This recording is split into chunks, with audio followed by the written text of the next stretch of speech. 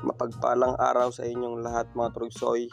For today's video mga Trugsoy ay mag-change oil po tayo ng isang BMW X3.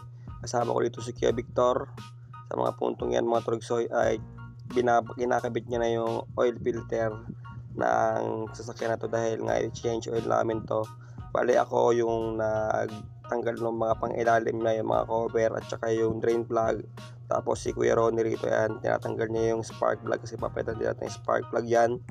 Bale, pinagtulong-tulong muna po namin nila Kuya Ronnie at saka ni Kuya Victor yan para mabilis matapos. Bale, andito nga po pala tayo ngayon sa Malolos, Bulacan, barangay ng Mabolo. Makikita po ninyo ay isang BMW X3 po yung ating ginagawa.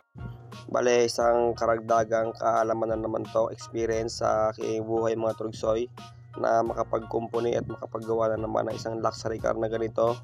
Dati-rati talaga sa mga nakakilala po sa akin dyan, sa unang mga vlogs ko talaga, dahil ako po talaga isang jeepney driver lamang. Ngayon ay mga ganito na mga ginagawa ko. Dati pagbabaklas na ng gulong ng jeep, ngayon ito na mga luxury car na po yung mga ginagawa ko.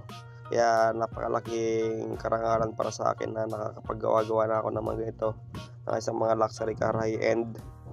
Kaya lagi po ako nagpapasalamat sa nagtiwala at sumusuporta po sa akin palagi.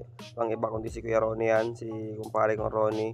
Kaya Kuya Ronnie, maraming salamat sa pagtitiwala mo sa akin palagi na everything na aking mga ginagawa ay kaya ko. At sa mga followers ko nga rin po pala dyan, no?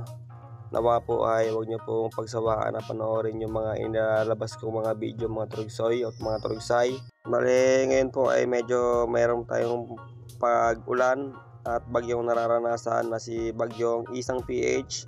Kaya sa mga kapwa ko chopper ng jeep ng dati, mga tropa dyan na bumibiyahe ngayon ay nawa ay mag-ingat po kayo.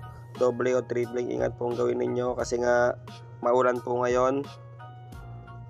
So, hanggang dito na lang po muna yung aking vlogs mga Trugsoy.